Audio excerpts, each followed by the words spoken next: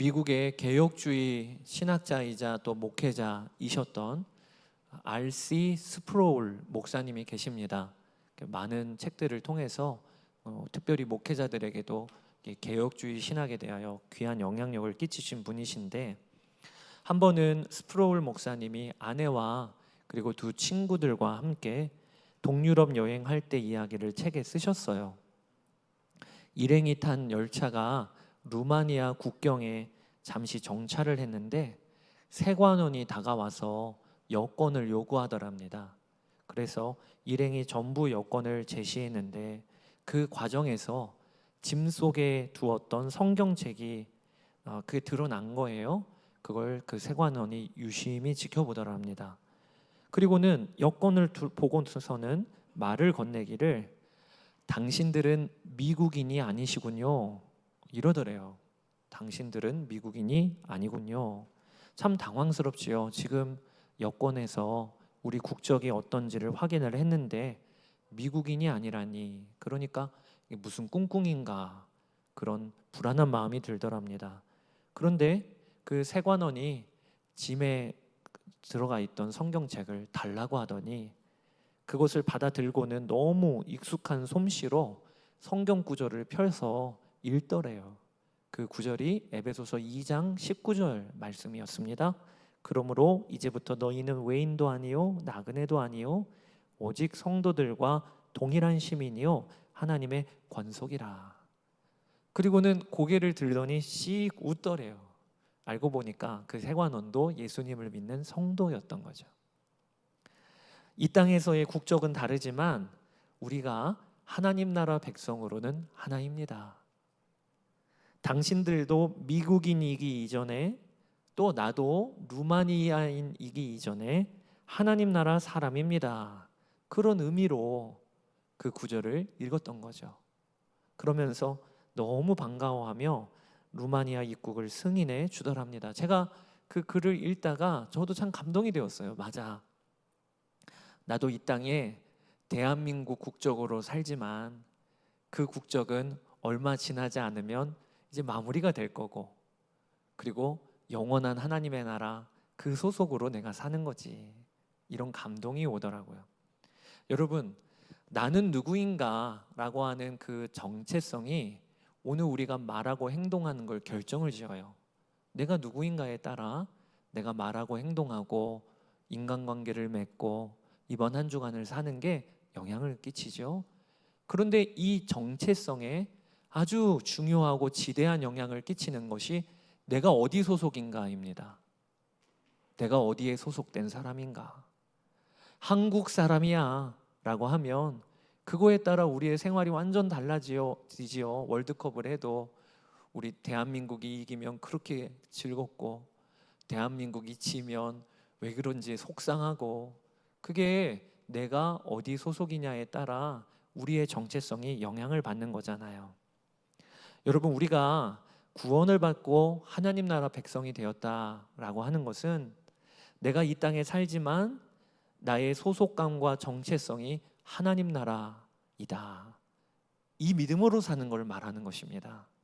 제가 여러 번 인용을 해드렸지만 미국의 남침례교단 목회자이고 순회 설교자였던 벤스 에브너 목사님이라는 분이 하신 말씀 중에 참 제가 좋아하는 명언이 있어요.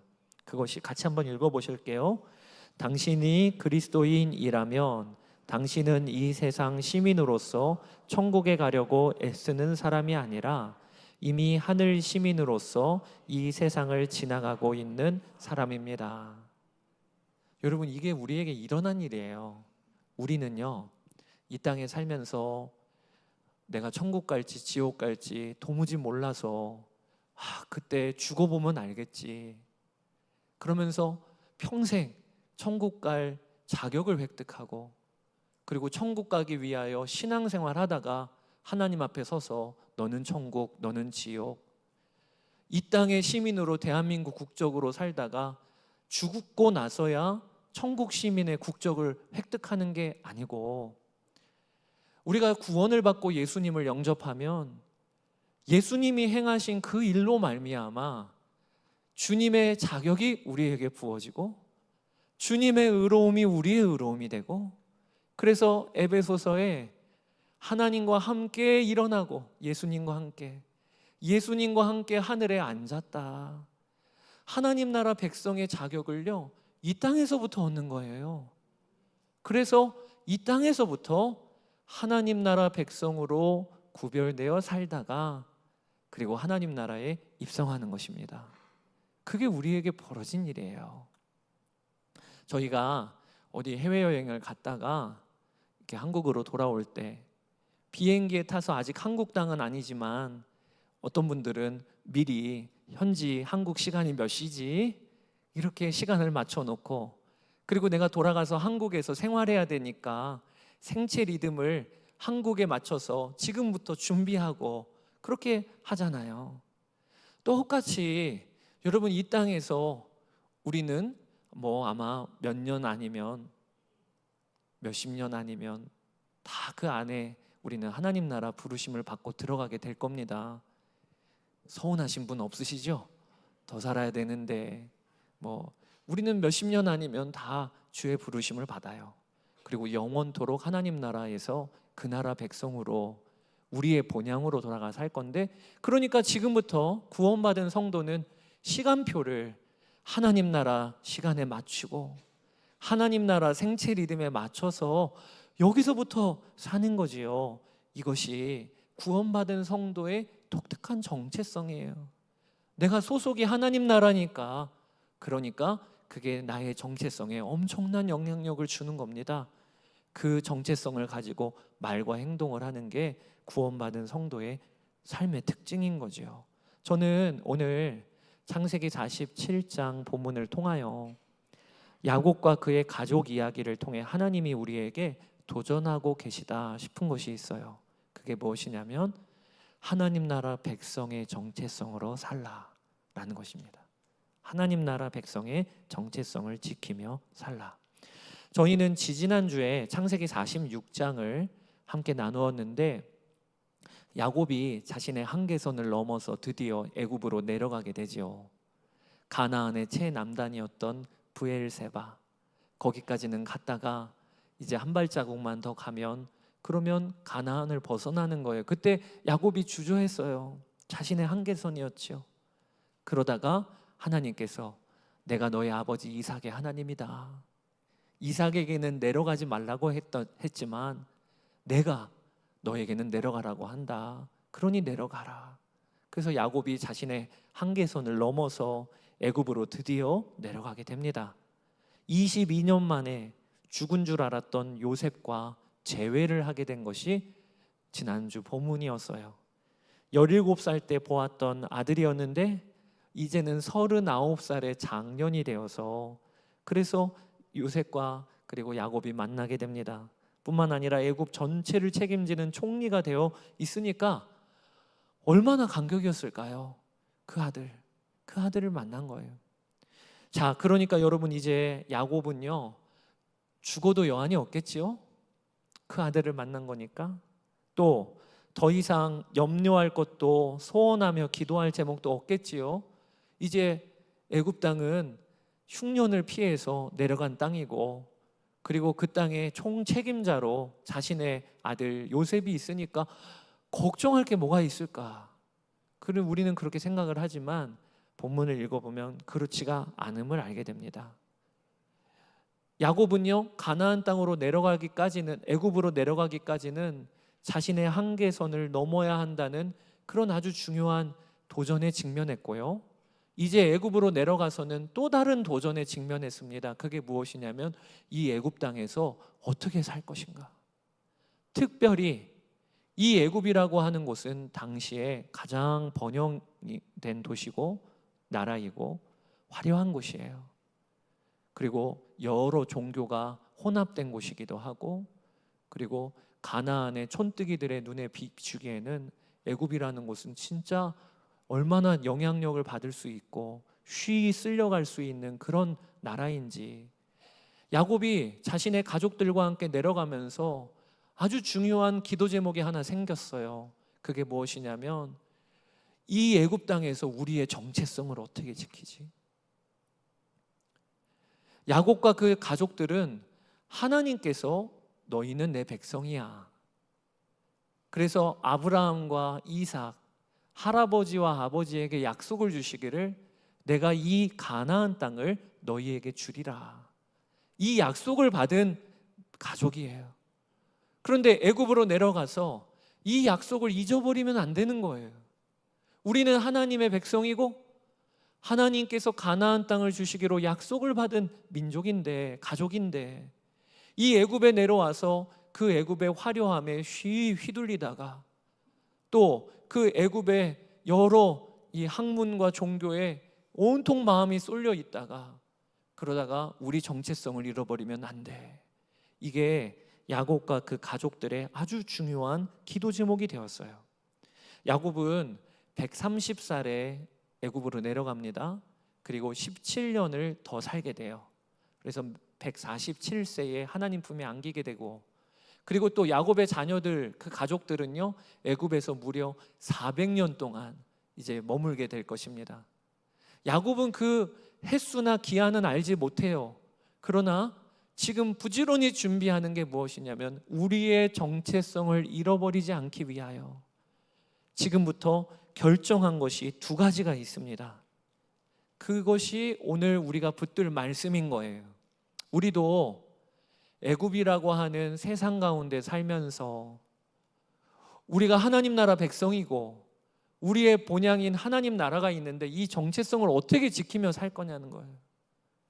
그것이 오늘 말씀을 통하여 하나님이 우리에게도 주시는 도전이라고 싶습니다. 먼저 야곱과 그 아들들은요, 애굽 땅에 내려가서 자신들의 정체성을 지키기 위하여 한 첫 번째 행동이 뭐냐? 애굽의 변방인 고센 땅을 요구했다는 거예요. 오늘 본문에 보면 바로 왕을 만나기 전에 요셉과 그 아들들이 전략 회의를 합니다. 이제 왕을 만나서 인사를 할 것인데 대표되는 형들 5명을 뽑아요. 그리고 바로 앞에 섰을 때 요셉이 이렇게 말하십시오라고 말할 내용을 줍니다. 그게 바로 31절에서 34절이에요. 요셉이 자기의 형들과 아버지의 집안 식구들에게 말하였다. 바로께서 형님들을 부르셔서 그대들의 생업이 무엇이요? 하고 물으시거든 종들은 어렸을 때부터 줄곧 집짐승을 길러온 사람들입니다 하고 대답하셔야 합니다. 그래야 형님들이 고센 땅에 정착하실 수 있습니다.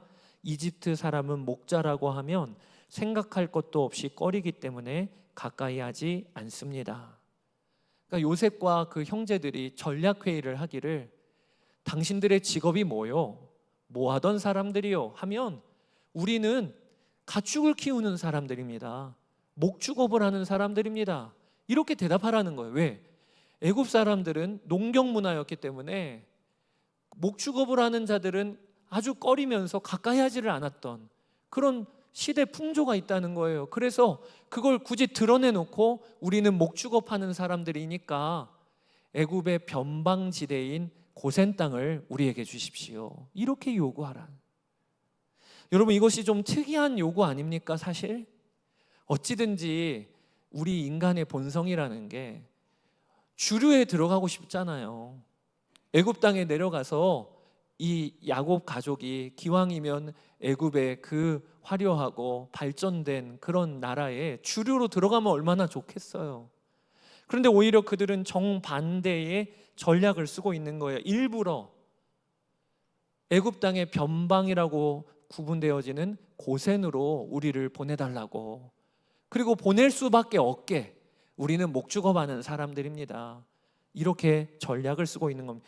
여러분, 고센 땅은요 가나안이랑 제일 가까운 지역이에요. 왜 그들이 그렇게 전략을 짰을까요? 그것이 야곱도 그리고 온 가족들도 애굽이 우리가 머물고 정착할 땅이 아니고 우리는 돌아갈 땅이 있어, 이것을 아예 못 받기 위해서 그렇게 한 거예요. 그래서 요셉의 형들 중에 5명이 대표로 바로에게 나갔을 때 그들이 뭐라고 이야기하냐면 우리는 잠시 머무르려고 여기 왔습니다. 그렇게 이야기를 합니다. 3절 4절 바로가 그 형제들에게 물었다. 그대들의 생업은 무엇이요? 그들이 바로에게 대답하였다. 임금님의 종들은 목자들입니다. 우리 조상들도 마찬가지였습니다. 그들은 또 그에게 말하였다. 소인들은 여기에 잠시 머무르려고 왔습니다. 뭐라고 그들이 이야기하고 있냐? 저희는 애굽 땅에 정착하려 온 것이 아니라 잠시 머무르려고 왔습니다. 자신들을 계속해서 이야기하고 있어요. 우리는 잠시 머무르려고 온 겁니다. 또 야곱이 바로를 만납니다. 그때 자신을 소개하기를 나는 떠도는 사람입니다. 이렇게 소개를 합니다. 9절에 야곱이 바로에게 대답하였다. 이 세상을 떠돌아다닌 횟수가 100년하고도 30년입니다. 개역개정에는 나그네 길 세월이라고 소개하고 있어요. 그러니까 여러분, 오늘 야곱과 그 자녀들이 자신들의 정체성을 지키기 위하여 한 행동이 뭔가를 보세요. 그들은 끊임없이 나에게도 선포하기를 우리에게는 돌아가야 될 땅이 있다. 이 애굽이 우리의 종착지가 아니야. 이곳은 잠시 머무르는 땅이야 라고 자신에게도 선포하고 있고, 그리고 세상에게도 선포하고 있는 거예요. 바로 앞에서 저희는 떠돌이입니다. 잠시 머물려고 왔습니다. 고센 땅에 우리는 있다가 가나안 땅으로 돌아갈 것입니다 라고 하는 것을 계속 선포하고 하고 있다는 거예요. 여러분, 이것이 오늘 우리에게 주시는 도전이에요. 우리도 이 땅에 살면서 하나님 나라 백성으로 우리의 정체성을 어떻게 지키지요? 한번 지난 한 주간을 돌아보세요. 우리는 오늘 본문에 있는 야곱과 그 가족들처럼 하나님 나라 이야기를 하고 있습니까? 우리는 돌아갈 땅이 있다. 우리는 이 땅에 살지만 여기가 전부가 아니다. 이런 주제로 대화를 나누고, 또 이것을 나에게도 다시 확인하고 다른 이들에게도 선포하며 살고 있나요? 오늘 우리가 하나님이 우리에게 주시는 도전이에요. 여러분, 지난 한 주간 동안에 천국이 기다리는 자처럼 나를 기다린다, 이렇게 사셨습니까? 아니면 하나님 앞에 설 것을 준비하며 사셨습니까? 그 준비를 하며 살아야 해요. 저는 목회자로서 하나님이 저에게 주신 아주 중요한 과업이 하나, 우리 성도들에게 매주일 예배 때마다 하나님 나라가 있다. 이 땅에 하나님의 나라가 지금도 이루어지고 있고, 개인적으로도 우리는 하나님 앞에 설 거다. 그래서 그 하나님의 나라가 우리의 본향이다. 이 땅에 하나님이 우리를 두셨지만 이 땅이 전부인 것처럼 살면 안 된다고 끊임없이 선포하고 확인시키고, 마치 야곱과 그 자녀들이 고센 땅에 잠시 머무르고 우리는 돌아가야 될 땅이 있다라고 끊임없이 선포했던 것처럼 그게 저의 역할이에요.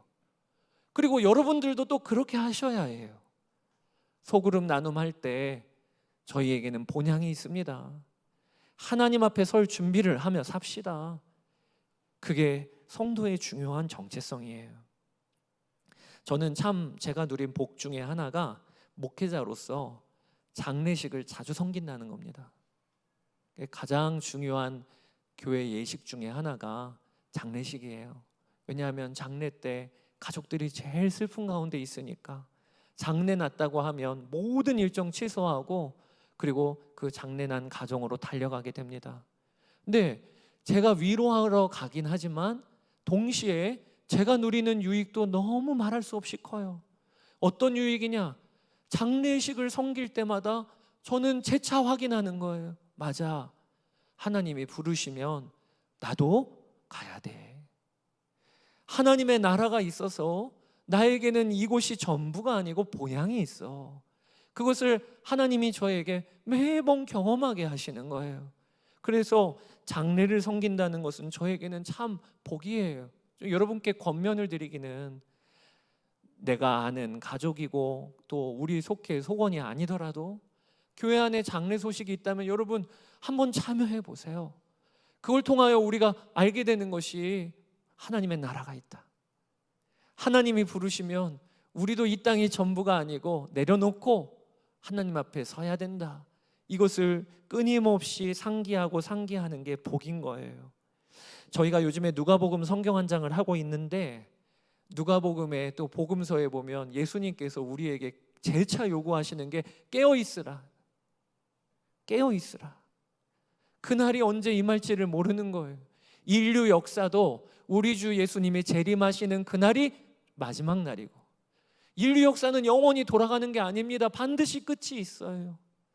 우리 개인적으로도 마찬가지입니다. 우리 주님이 부르시는 날 순서 상관없어요. 나이 상관없어요.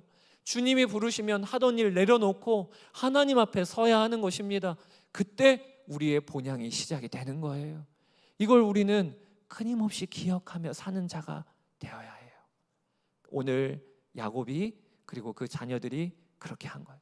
애굽에 내려가지만 우리가 하나님 나라, 하나님 백성으로 어떻게 정체성을 지킬까? 끊임없이 돌아갈 땅이 있다. 우리는 고센 땅을 받아야 한다. 이게 그들의 전략이었던 것이죠. 여러분, 하나님의 나라가 있고 돌아가야 될 그곳이 있다. 이 정체성을 갖고 있으면 그러면 오늘을 살아도요, 바로 문제가 보이게 됩니다. 진짜 풀어야 될 문제가 무엇인지를 알게 되는 거예요.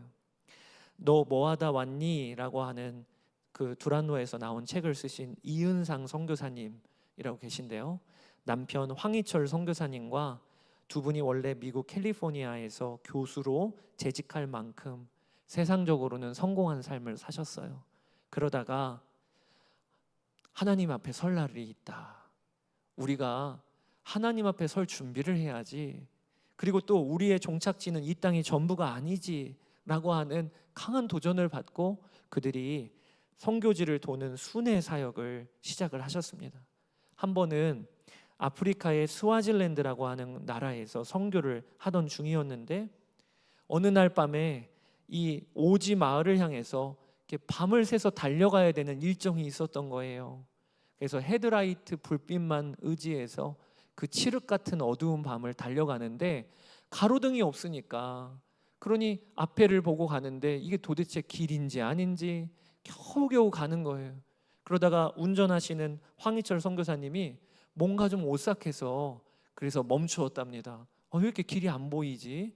그리고 내려서 봤는데 바로 앞이 낭떠러지요. 바로 앞이. 페달을 만약에 한 번만 더 밟고 있었으면 그대로 낭떠러지에 추락해서 죽는 거예요. 그 낭떠러지 앞에서 멈췄는데 잠이 그냥 확 깨더랍니다.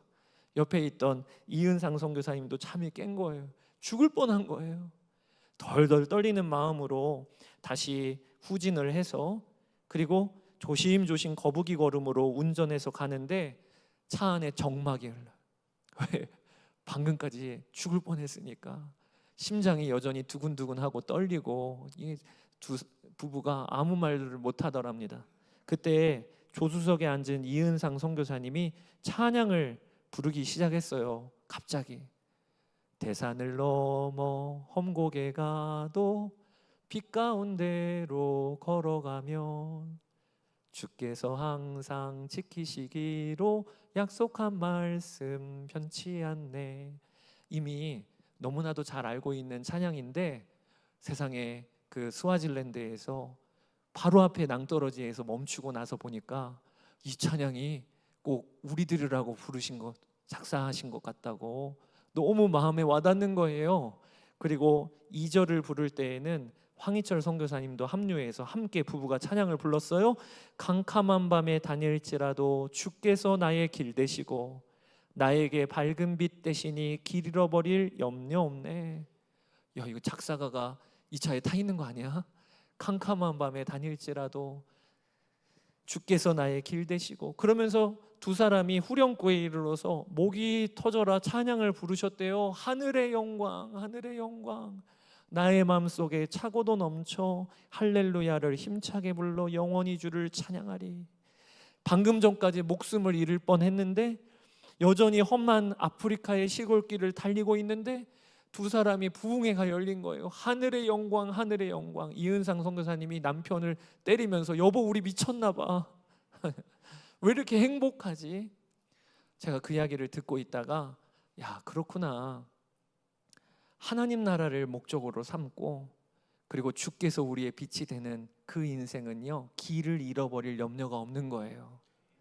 여러분, 우리는 하나님 나라, 저 본향이 있다, 본향이 있다 이렇게 강조하면 그러면 너무 현실 도피적인 신앙을 조장하는 거 아니야? 이런 식으로 오해를 합니다. 아니, 목사님, 이 자리에 청년들도 많고 젊은이들도 많은데 이번 한 주간을 어떻게 살아야 하는지, 험한 세상을 어떻게 살아야 하는지 비전도 주시고, 그리고 또 좋은 하나님 성경적 지혜도 주시셔도 모자랄 판에 젊은이들한테 하나님 나라가 있다, 본향이 있다 이러면 너무 현실 도피적인 거 아닙니까? 우리도 이번 한 주간을 일상을 살아야 되는데 그거 어떻게 살아야 합니까? 이런 식으로 생각을 하는 분들이 계세요. 하나님 나라 하면 그러면 오늘 어떻게 살라는 말이야. 근데 여러분, 그렇지 않아요. 하나님의 나라가 분명한 자여야 오늘을 살 방향이 흔들리지 않는 거예요. C.S. 루이스가 이런 이야기를 했어요. 역사를 읽어보면 당신은 내세를 가장 많이 생각하는 그리스도인들이 현세를 위해서도 가장 큰 일을 했음을 알게 될 것이다. 기독교 초기에 로마 시대 때 하나님 나라를 그렇게 생각하고 우리의 본향이 하나님의 나라다, 이 땅에 우리가 살고 고난당하고 어떨 때에는 아주 억울한 일을 당하지만 하나님의 나라가 있다라고 하는 그 그리스도인들이 하루를 살 때 어떻게 살았냐? 고아와 과부를 섬기고 전염병이 창궐할 때 그 전염병의 위험을 무릅쓰고 환자들을 돌보고, 그러면서 이 그리스도인들로 말미암아 로마 전역이 뒤집어진 거예요. 하나님 나라를 생각하고 사는 사람은요, 현실 도피적인 게 되는 게 아니라 오히려 현실을 바르게 살 수 있는 힘과 능력이 부어지는 것입니다. 여러분, 어느 순간 우리가 신앙의 열정을 잃어버리고 내 삶의 목적이 무엇인지를 모르겠고 오늘 하루를 살긴 사는데 왜 사는지 모르겠고 힘이 안 나고, 그렇다면요, 다른 게 아니에요. 우리의 본향을 잃어버려서 그래요. 우리는 하나님의 나라가 우리를 맞이해주고 있습니다. 우리는 하나님 나라에 들어갈 거예요. 이 땅에 살지만 하나님 나라 백성으로 이때부터 구별되어 사는 거예요. 다시 그 방향을 잡으세요. C.S. 루이스가 이렇게 이야기했어요. 같이 읽어보겠습니다. 하늘나라를 목표로 하라. 그리하면 이 세상을 덤으로 얻게 될 것이다. 오늘 야곱과 그 가족들이 우리에게는 돌아갈 본향이 있다, 이러니까 세겜 땅으로 들어가야지. 그런데 그 세겜 땅이요, 목초지가 풍성한 땅이었어요. 그러니까 자기들에게도 적절한 거예요. 어쩜 이렇게 지혜롭게 결정했느냐 말이에요. 자신들이 돌아갈 본향이 분명한 자들은요, 오늘을 살 때 하나님이 지혜 주십니다. 그런 은혜를 누리시게 되기를 축복합니다.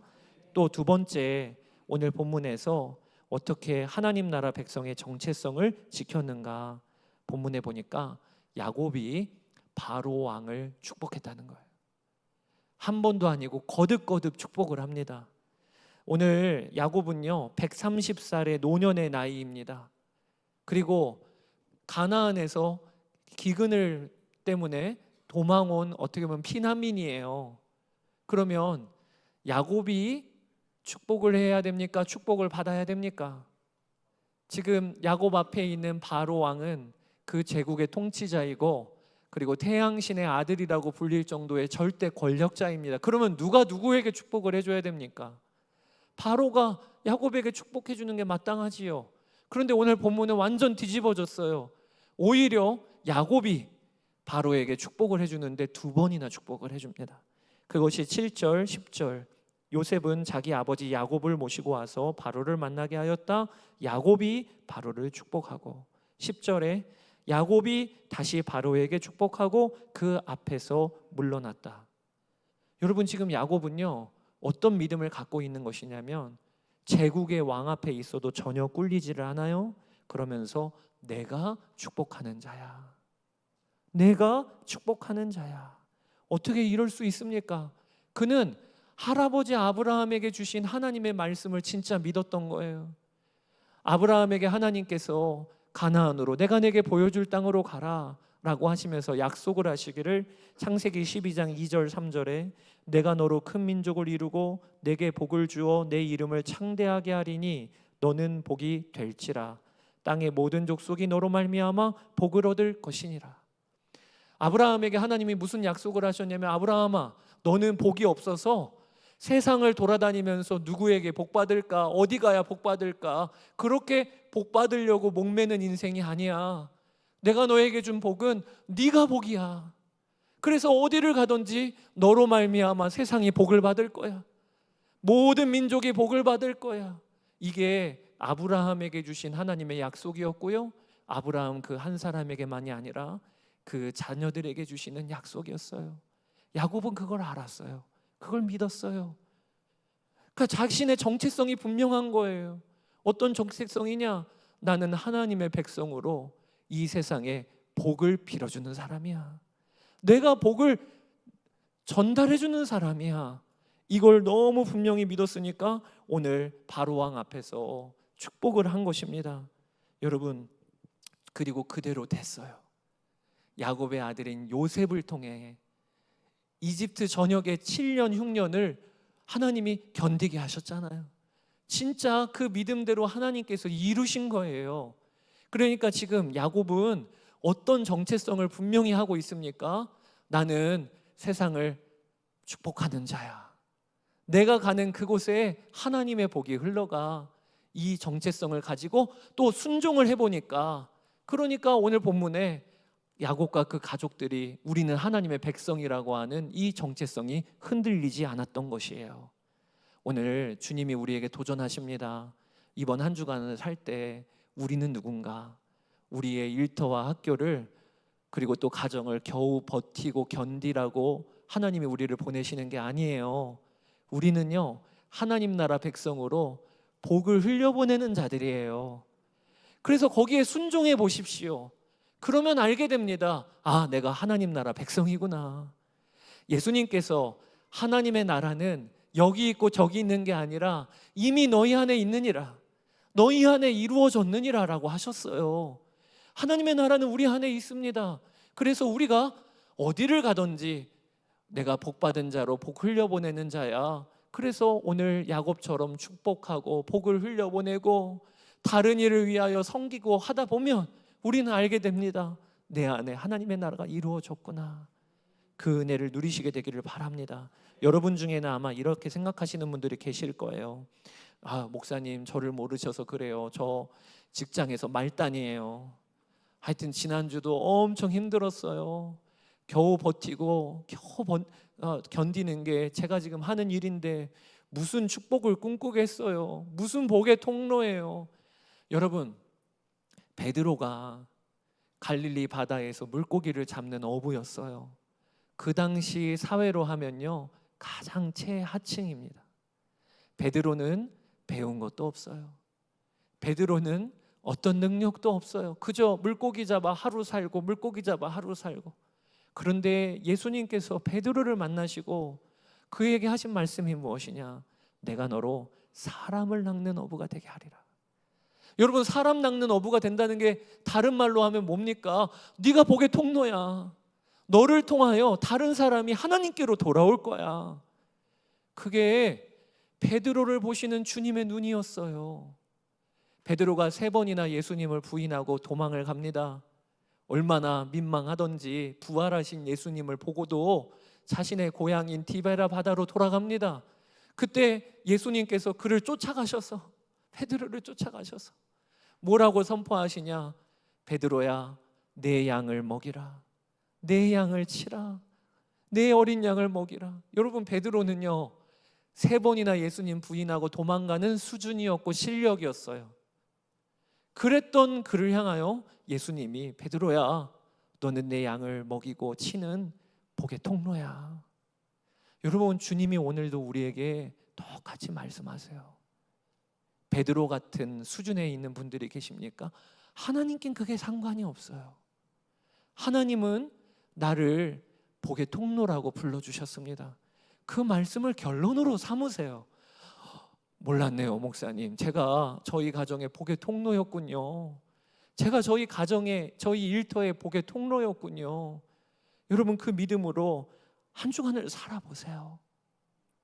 저는 요즘에 저희 성도들에게 참 감사한 고백을 듣고 있습니다.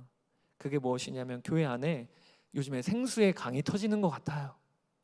지난주 맥주감사주일 1부 예배 때 우리 김은수 형제가 간증을 했어요. 그 형제가 간증을 뭐라고 했냐면, 직장이 천안이에요. 그래서 늘 주일이 끝나면 천안으로 가서 거기에서 따로 숙소, 직장에서 제공한 숙소에서 근무하고, 빡빡하죠. 청년의 때에 사실은 직급이 높은 것도 아니고, 그러니까 늘 업무를 볼 때 겨우 버티고 견디고, 그러다가 하나님이 어느 날 이 직장이 내가 은혜를 흘려보내야 되는 직장이구나, 이런 깨달음을 주셨대요. 그리고 한 간증이 있는데 제가 한번 그대로 읽어드릴게요. 지난주에는 여러분 다 못 들으셨으니까. 매주 기도로 함께하는 공동체가 있고, 속장 모임, 속회, 선교 공동체 등 서로를 중보할 수 있는 공동체 안에 있다는 사실에 천안이라는 먼 근무지에 있어도 제게 큰 힘이 됩니다. 주중의 삶도 성경 한 장 말씀 붙들고 예수동행 일기로 하루를 마무리하는 시간이 반석 위에 선 것처럼 제 마음과 삶을 든든하게 붙들어 줍니다. 삶의 자리가 선교지라는 주일 설교 말씀을 듣고 기도하는 중에 주중에 대부분을 보내는 회사에서도 작지만 큰 변화가 생겼습니다.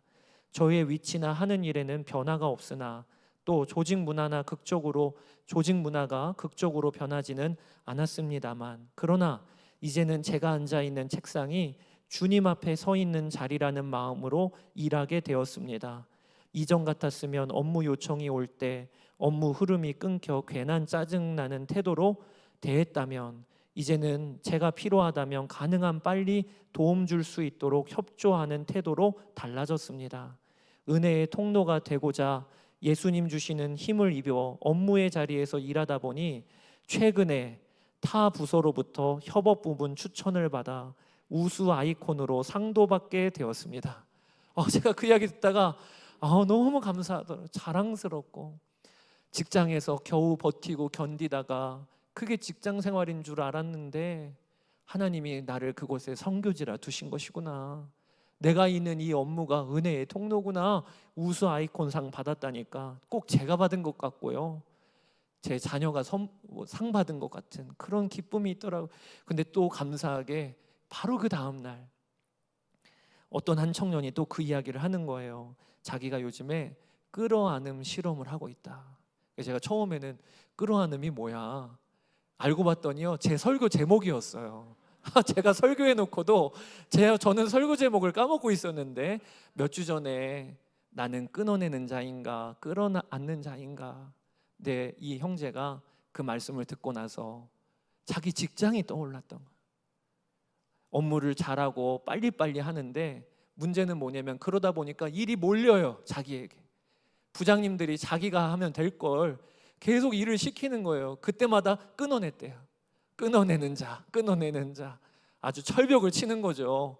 그랬는데 그날 말씀을 듣고 나서 하나님이 주신 도전이 끌어안는 자가 되라.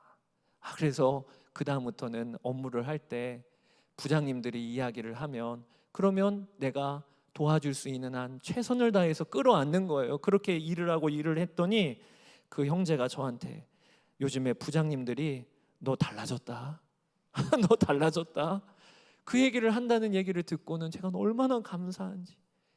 지난 2년 6개월 개척하여 목회했는데 하나님 열매를 맺게 하시는군요. 얼마나 감사했는지 몰라요. 사랑하는 여러분, 우리는요, 하나님이 이 땅에 복이 되게 하시려고 우리 가정과 일터에 우리를 두신 하나님의 통로입니다. 야곱은 그걸 믿은 거예요. 그리고 그렇게 순종해 본 거예요. 그래서 바로왕 앞에서 자기가 뭘 복을 줄 게 있겠어요. 자기가 뭘 갖고 있는 게 있어요. 그럼에도 불구하고 믿어지니까, 그러니까 바로를 축복을 했는데, 그러니까 정체성이 지켜지는 거예요. 맞아, 난 하나님 나라 백성이야.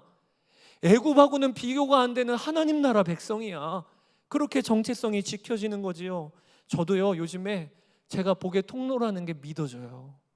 그래서 교인들을 위하여 기도하는 시간이 달라지기 시작했어요. 믿어주는 거예요. 내가 기도하면 복 받는다. 이건 여러분 교주의 믿음이 아닙니다. 말씀이 믿어지는 거예요. 말씀이.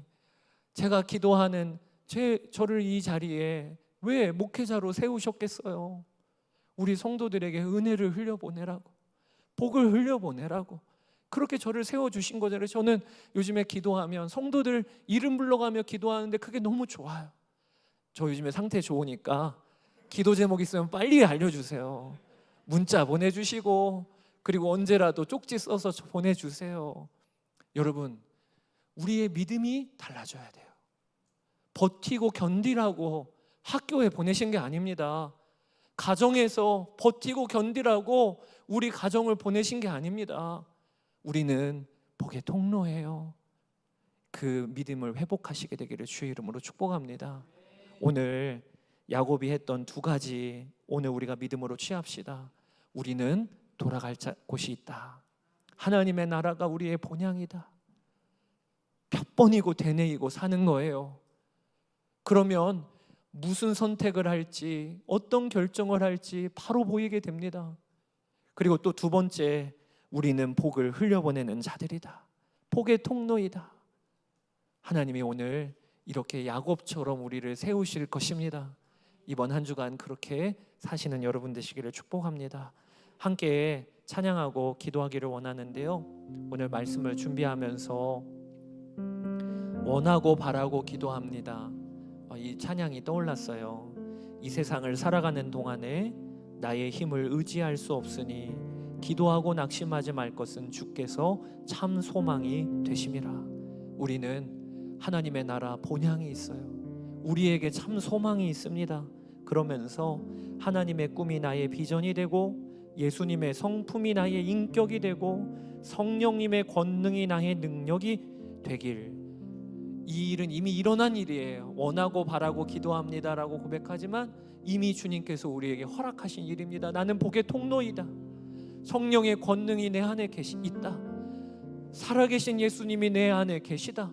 그래서 우리는 복의 통로입니다. 이렇게 믿음으로 고백하기를 원합니다. 이 세상을 걸어가는 동안 나의 능력이 되길 원하고 바라고 기도합니다. 여러분 중에 어느 순간 신앙과 믿음의 열정을 잃어버리고 오늘 하루 삶의 목적을 잃어버리고 방향을 잃어버리고 무슨 의미인지를 모르는 분들이 계시다면, 그러면 우리가 회복해야 될 것은 우리의 방향을 잃어버린 것이죠. 우리에게는 돌아갈 본향이 있습니다. 주님 앞에 설 준비를 오늘도 하는 것입니다. 하나님, 제가 하나님 나라를 늘 선포하고 되새기고 하나님 나라를 바라보는 믿음으로 살게 하여 주소서. 그리하여 이번 주를 살면서도 마땅히 걸어야 할 길을, 방향을 잃어버리지 아니하게 하여 주소서. 우리 그렇게 결단하며 기도하며 나아가기를 원합니다. 주의 이름 한번 부르고 기도하겠습니다. 주여, 주여. 그렇습니다. 아버지, 야곱이 그리고 그 아들들이 우리는 돌아갈 곳이 있다, 우리는 돌아갈 곳이 있다라고 고백하며 되뇌이고 그렇게 선포하며 살았던 것처럼, 아버지 하나님, 오늘도 우리가 하나님의 나라가 있음을 확인하고 하나님의 나라가 있음을 선포하고 아버지 하나님, 우리가 그 방향으로 달려나가는 저희를 되기를 원합니다. 어느 순간 우리가 삶의 목표와 방향을 잃어버리고 의미를 잃어버리고 아버지 하나님, 믿음의 열정을 잃어버렸던 것을 하나님 이 시간에 돌이키게 되기를 원합니다. 아버지 하나님, 하나님의 나라를 내 마음에 품고 살게 하여 주소서. 아버지 하나님, 우리 성도들이 모이며 교회로 모이며 하나님, 우리가 주님 앞에 설 준비를 하며 나가게 되기를 원합니다. 예수님께서 우리에게 끊임없이 말씀하시는 늘 깨어있기를 원합니다. 아버지 하나님, 그리하여 아버지 하나님, 마땅히 걸어야 할 길을 잃어버리지 아니하는 저희를 되게 하여 주소서. 나의 주, 나의 아버지 하나님, 아버지 하나님, 다시 한번 우리의 정체성을 확인하게 되기를 원합니다. 하나님 나라 백성으로 이 땅을 복을 흘려보내고 이번 복을 응원합니다. 이 자리에 계신 분들 중에 겨우 버티고 견디는 것이 삶이라고 하시는 분들이 계십니까? 나의 학교와 일터와 가정에서 겨우 버티고 견디다가 하나님 만나는 게 하나님의 계획이 아닙니다. 우리는 아브라함이 받은 복, 너는 복이야, 너는 복이야, 이 복을 우리가 받았습니다. 믿음으로 결론을 삼읍시다. 그리고 오늘 야곱처럼 한번 순종해 봅시다. 아버지 하나님, 이번 한 주간 동안 우리의 일터와 가정에서 제 안에 주님이 계시니까, 복의 근원이신 예수님이 계시니까 이 믿음으로 반응하며 살아보겠습니다. 이 믿음으로 다른 일을 대하며 살아보겠습니다. 그렇게 결론 짓고 살아갈 때 하나님께서 우리에게 알게 하십니다. 나는 하나님 나라 백성이구나, 나는 하나님 나라 백성으로 구별되어 사는구나. 이 역사를 이루시도록 이 시간에 주의 이름 한번 부르고 결단하며 기도하며 나아갑시다. 주여,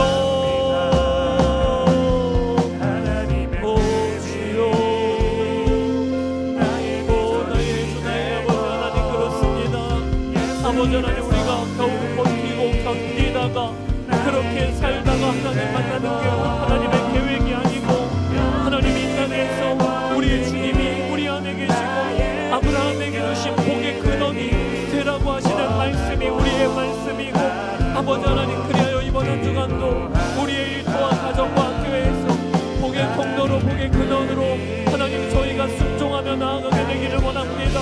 다른 이에게 복을 빌어주고 주님 아버지 누구라도 하나님 다른 일을 만나면 복의 근원이 되어 복의 통로가 되어 은혜를 흘려보내는 자들로 저희가 서게 되기를 원합니다. 나의 주 나의 아버지 하나님 감사합니다. 우리의 믿음이 달라지고 우리의 순종의 발걸음이 이번 한 주간 동안 이루어지게 하여 주소서. 아버지 하나님 감사합니다. 주여 주여 감사합니다. 우리 가슴에 손을 얹고 기도합시다. 아버지 하나님, 오늘 야곱과 그 아들들의 고백과 모습을 통하여 다시 한번 우리를 점검하게 하여 주시니 감사를 드립니다. 우리 또한 돌아갈 곳이 있는 본향이 있는 자들입니다. 하나님의 나라가 우리를 기다리고 있고, 그리고 하나님 앞에 설 때가 반드시 옵니다. 이 방향을 놓치고 산 이가 있다면 오늘 다시 한번 스스로에게도 새기게 하시고 세상에게도 선포하며 살게 하여 주소서. 이 땅이 전부인 것처럼 살았던 삶에서 이제는 하나님 나라 바라보면서 그 나라 백성으로 사명 감당하며 나아가게 되기를 원합니다. 특별히 겨우 버티고 견디다가 주님 만나는 게 우리 인생이 아니고 일터와 또 가정과 그리고 학교에서 복의 통로로 우리를 불러주시고 심어주셨음을 고백합니다. 하나님, 내가 뭘 하고 너는 복의 근원이라고 하시는 주님, 저희가 그 말씀에 아멘하며 나아갑니다. 그리하여 오늘 야곱처럼 저희도 믿음으로 순종해 보게 하소서. 우리의 가정에서 다른 이에게 예수 생명을 전하고 그들의 기도 제목 붙잡고 기도하고, 그리하여 복의 근원으로 복의 통로로 이번 한 주간을 사는 비올드 교회 성도들 다 되게 하여 주소서. 하나님 감사합니다. 우리 주 예수 그리스도의 이름으로 기도드렸습니다. 아멘.